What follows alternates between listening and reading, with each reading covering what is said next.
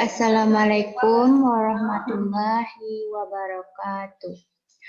Nama saya Delna Yusnita dari Prodi Manajemen Pajak. Baiklah, saya akan menjelaskan materi tentang media komunikasi perpajakan di era digital. Pertama, kita akan membahas dulu tentang pengertian media komunikasi dan fungsinya. Media komunikasi adalah suatu alat atau sarana yang akan menghantarkan pesan dari komunikator kepada komunikan yang dipakai untuk memproduksi, mereproduksi, mendistribusikan, ataupun menyebarkan dan juga menyampaikan informasi yang memiliki tujuan agar efisien dalam menyebarkan pesan atau informasi tersebut. Selanjutnya, fungsi media komunikasi. Fungsi media komunikasi ini ada 5. Yang pertama, efektivitas. Efektivitas artinya media komunikasi sebagai sarana untuk mempermudah dalam menyampaikan informasi. Yang kedua, efisien. Media komunikasi sebagai sarana untuk mempercepat dalam penyampaian informasi. 3. Konkret. Artinya media komunikasi sebagai sarana untuk membantu mempercepat pesan yang mempunyai sifat abstrak. Yang keempat, motivatif, artinya media komunikasi sebagai sarana agar lebih semangat melakukan komunikasi. Dan terakhir, alat untuk menerjemahkan lambang komunikasi. Selanjutnya, jenis-jenis media komunikasi dibagi berdasarkan fungsi, bentuk, dan sebagainya. Yang pertama, berdasarkan fungsi. Ada 3, fungsi produksi, fungsi reproduksi, fungsi penyampaian informasi. Fungsi reproduksi adalah media komunikasi yang bermanfaat sebagai penghasil berbagai macam informasi. Contohnya komputer atau pengolah kata. Yang kedua, fungsi reproduksi adalah untuk mencetak ulang dan menggandakan informasi. Contohnya audio, tape recorder, serta video tape. Selanjutnya yang ketiga, fungsi penyampaian informasi adalah media komunikasi yang dipakai untuk menyebarluaskan serta menyampaikan pesan kepada komunikasi yang menjadi sasarannya. Contohnya handphone, telepon, dan lain sebagainya.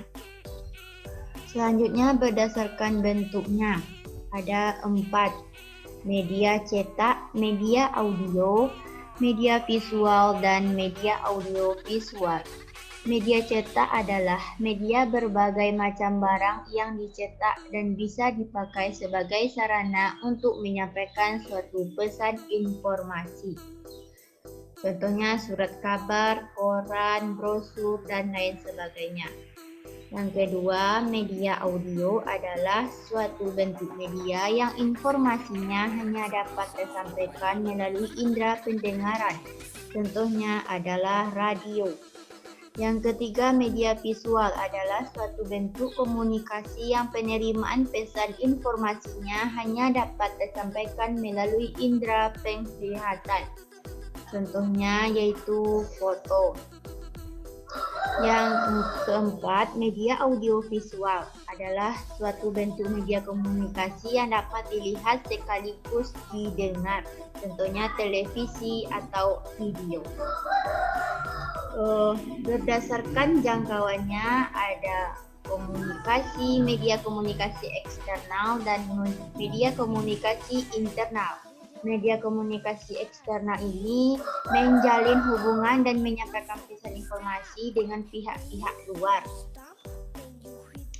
Misalnya media komunikasi tertulis atau cetak, radio, televisi, telepon, surat, dan internet. Sedangkan media komunikasi internal ialah sarana penyampaiannya dan penerimaan pesan informasi hanya di kalangan publik internal dan pada umumnya mempunyai sifat non-komersial.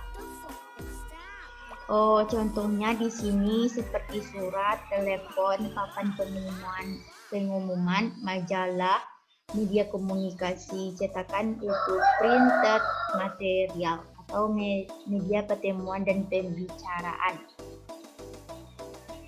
Selanjutnya,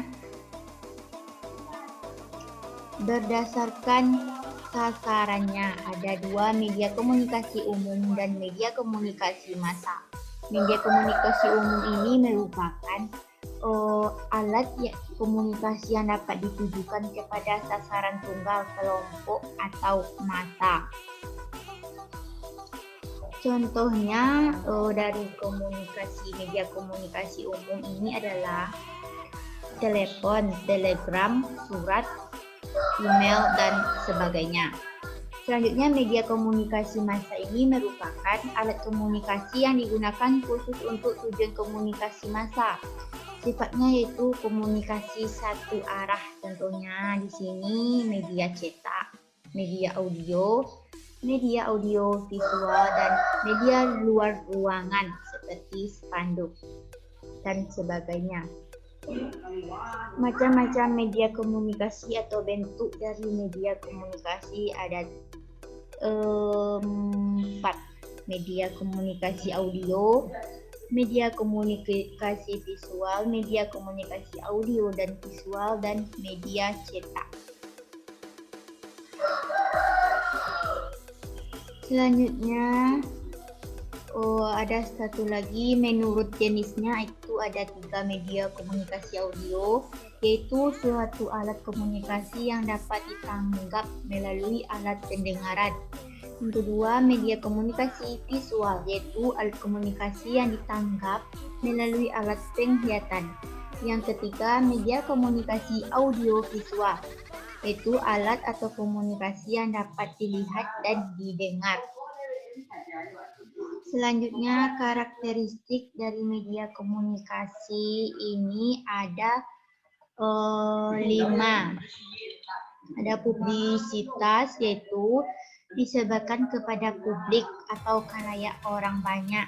Ada universalitas, periodisitas, kontinuitas, dan aktualitas. Selanjutnya, peran media sosial dalam meningkatkan kesadaran pajak. Media sosial ini tidak hanya berfungsi sebagai media untuk saling berbagi antar individu atau kelompok saja, namun berfungsi juga sebagai sumber informasi penting bagi masyarakat, salah satunya untuk informasi tentang perpajakan. Media sosial yang digunakan dalam dunia perpajakan menyediakan aplikasi yang aplikasinya yang beberapa ini yaitu seperti Facebook, Twitter, Instagram, dan juga YouTube. Pengguna dari Facebook ini untuk perpajakan yaitu untuk rekrutmen pegawai IRS, promosi penggunaan elektronik billing, terus dan konsultasi perpajakan. Dan pengguna Twitter antara lain press release, promosi kegiatan dan pengumuman tentang SPT, informasi tentang hak dan kewajiban wajib pajak, serta pengumuman terkait perpajakan. Penggunaan YouTube dimanfaatkan oleh perpajakan antara lain otoritas perpajakan untuk kampanye kesadaran wajib pajak. Selanjutnya, promosi kegiatan perpajakan, konsultasi perpajakan, dan ketentuan dan prosedur perpajakan. Jadi kesimpulannya di sini adalah media komunikasi digital ini dianggap efisien, praktis, ekonomis, dan penyampaian penerimaan petanya cepat. Tetapi ada juga kekurangan dari media komunikasi digital, yaitu informasi yang diterima harus benar-benar diteliti lagi fakta kebenarannya. Kekurangan lainnya adalah terkadang media komunikasi digital ini menyampaikan pesan yang tidak sama dengan wujud aslinya, terutama dalam bentuk warna. Lantas, mengapa media sosial dipilih menjadi media penyebaran informasi? Hal ini dikarenakan kehidupan masyarakat saat ini sudah sangat tergantung dengan media sosial. Dalam satu hari tidak mungkin rasanya kita tidak membuka akun media sosial kita hanya untuk sekedar membagi kegiatan ataupun men-sharing informasi. Selain itu, dengan kekuatan media sosial, biasanya informasi akan dapat disebarkan dengan cepat ke semua kalangan masyarakat dalam hitungan detik. Baiklah, hanya itu yang dapat saya sampaikan atas penjelasan dari media komunikasi perpajakan di era digital ini. Kalau ada salah dan kurangnya saya mohon maaf. Assalamualaikum warahmatullahi wabarakatuh.